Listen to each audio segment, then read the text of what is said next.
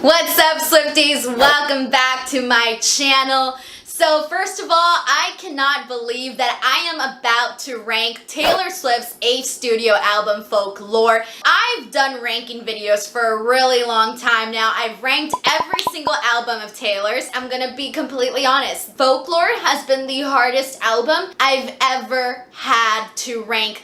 Guys, I was literally stressed out about doing this video, but I was like, all right, I've done all of them. I might as well keep it going, right? So today I am going to be ranking Taylor Swift's Folklore album. Wish me luck. I'm going to be doing all 16 tracks. Obviously, we still haven't heard track 17, The Lakes, so because of that, we won't have that included in this video, but let's go ahead and get started. And first of all, I'm just going to say this.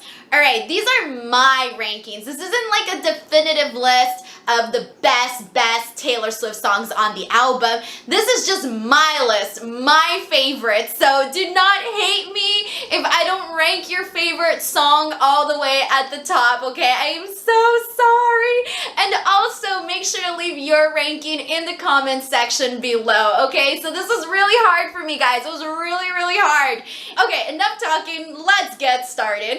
Obviously, someone is gonna have to take the number 16 spot. So unfortunately, I'm gonna have to give number 16 over to Epiphany. So the only reason why this one is down here is just because I just love so many of the other songs like a whole lot more. But I will say this though, Epiphany is such an undescribable song. You really truly just get lost in it, the emotion of it.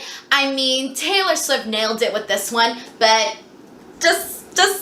I'm gonna have to keep moving on, guys. I'm gonna have to keep moving on. At number 15, I'm gonna put The Last Great American Dynasty. So one of my favorite things about Taylor and her songwriting is that she can write about someone like if she knew them better than anyone else, like if she knew the inner workings of their soul.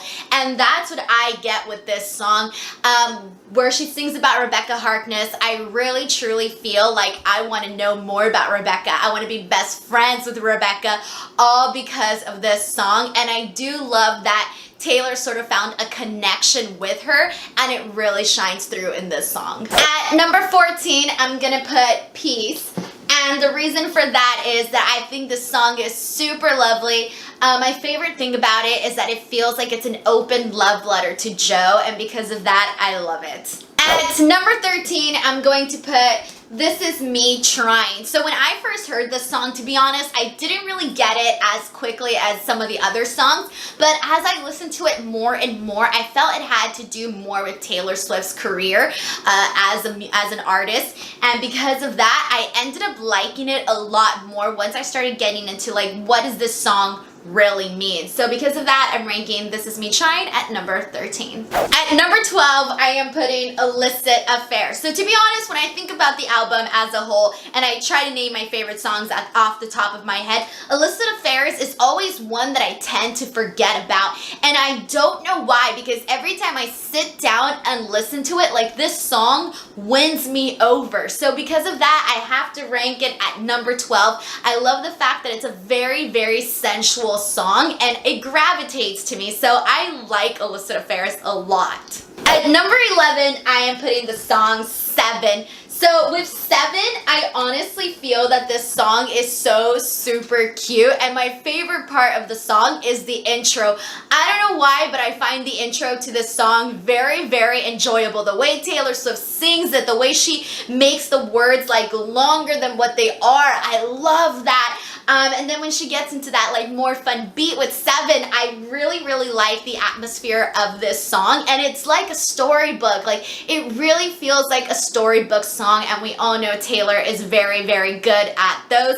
And 7 is the song that when I'm not listening to the album and I'm just going around my house, this is the song that I tend to hear inside my brain. Like it's just like embedded in there, the lyrics, and I'm just randomly singing this song all the time. At number 10, I'm gonna put Cardigan. I know, right? Shocking. Psh, I don't know, okay? Here's the thing, though, about Cardigan, is I love Cardigan. I think it's the Taylor we all know and love. And seriously, the song is really good. The music video is really good. I love the way the song was marketed with the cardigan and sending it out to all of her friends. I bought the cardigan. I'm so excited to wear it.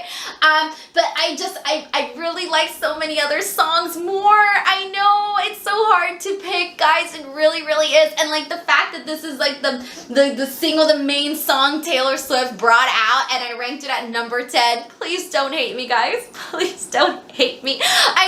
This is my personal ranking, so these are just my personal favorite songs and how I like them. But here's the thing, though. I noticed that as the album evolves and I spend more time with it, stuff always changes. And then I go back and watch these rankings, and I'm like, wow, I really ranked my favorite song at like number 15. Wow, how did this even happen? And at number 9, I am putting Mad Woman. So hands down, no song on this album had the impact that Mad Woman had. This one like got the biggest reaction out of me when I first listened to the album. I just think this song is so freaking great, and Taylor Swift made some major points with this song. So because of that, I have to rank it a lot higher. And I just really, really love this song. Like, this song is, it's kind of like an angry song, but in a pleasant way. It's a pleasantly angry song, and I love it. And at number 8, I am putting The One. So I love this song, and one of the things that I love in particular about it is that there are so many great one-liners in this. And I mean, we see them throughout the entire album, but the ones from The One really stick out to me. Like when she says, roaring 20s, tossing pennies in the pool. I love that line. I love when she says, in my defense, I have none. I never leave well enough alone. I just think that it's so easy to sing along to, and because of that, I love The One, and it was the perfect way to kick off Folklore. Alrighty, and at number 7, I am going to put Exile. So, Exile. Alright, there are so many things about this song that I love, but I'm just going to start off by saying that not only is this Taylor Swift's best collaboration ever, it is the best collaboration I've ever heard. This song, it is so freaking good. Like, you really feel that the two voices, the two singers, the two artists, whatever you want to say, that are singing this song with Taylor and Bond, you just really feel like these two people are really, really in love, and they're really passionate, and they're really heartbroken about what happened. Like, you believe it because of the way that they delivered their lyrics. Like, it just felt so beautiful. And after listening to the song several times, I think maybe like the second or third time, I was listening to it, and then it just like randomly made me feel really emotional while listening to this song. Like, it just grabbed me, and I didn't expect it. And I honestly had never heard Bond's music before, like ever. I knew nothing about him going in, and now I feel like I can honestly listen to him and Taylor sing like a couple more songs. Like, they can do a whole album, and I'm there for it, because that is how good this collaboration was. And Exile, these lyrics, man, I love all the movie references. It's just so, so good. Alrighty, and at number 6, I am putting Invisible String. Okay, so Taylor Swift writing about how she found love. How is that not in the tops of this chart? This song is so cute. I said it right from the start. This song is the song for hopeless romantics everywhere, and I love it. So Invisible String is definitely at the top of my list. We are now getting into my top 5 favorite songs from Folklore.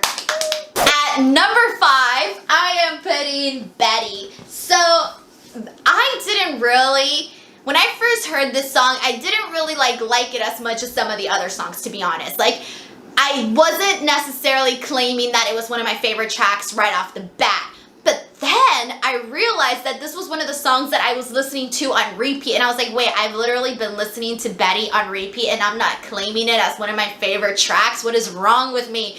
And so that's when I was like, you know what? I freaking love Betty. And what I love about this one is that even though the way Taylor sings it, it sounds like a joyful song, right? But when you like listen to the lyrics and read everything that's happening, it's the lyrics aren't as joyful, you know? They really aren't. There's a whole story to it, and that's what I really love about this song, and it's just a fun song to sing along to. I love Betty. I love Betty. And at number 4, I am putting My Tears Ricochet. So no one does a sad song like Taylor Swift, and I mean no one.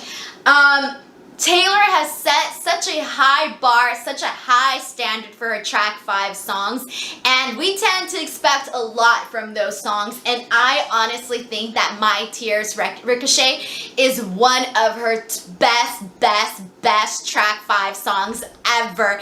I might have to like sit down and really analyze this, but I'm just gonna go ahead and say it. It's one of the best for sure.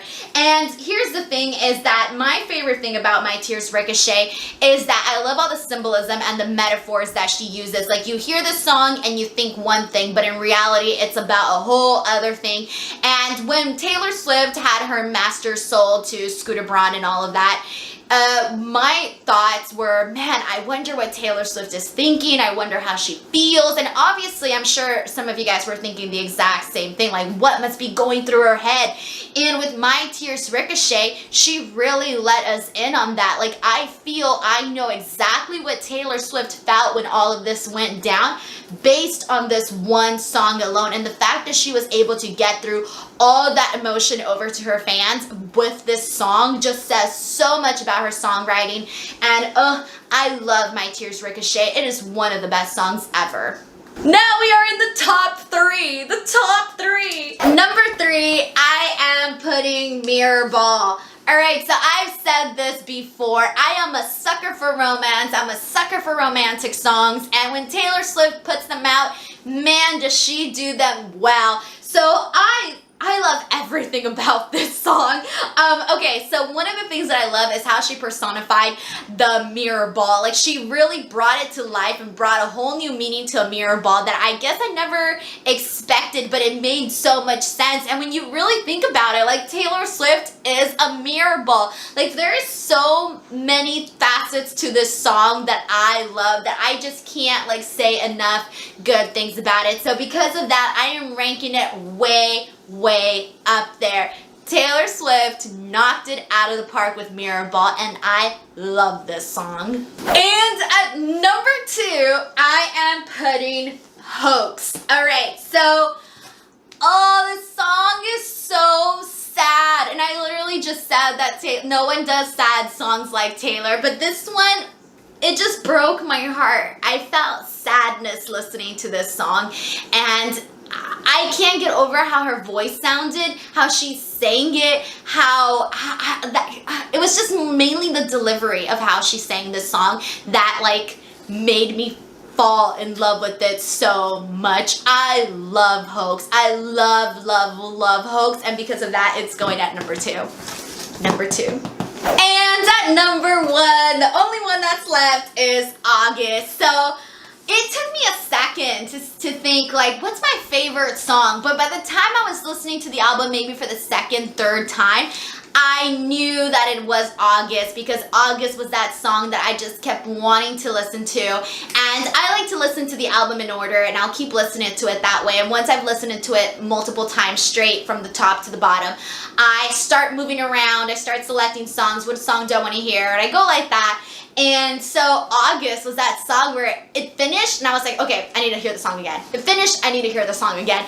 And the thing I love most about this is that it's so alluring. It's a very alluring song. Like the way Taylor Swift sings it, like I can't, like you guys heard the song, you guys know what I'm talking about. But the other thing that I love about it is the beat, the music. Afterwards, like the ending to this song where it's just the instrumentals, I think is one of the best endings ever to a Taylor Swift song.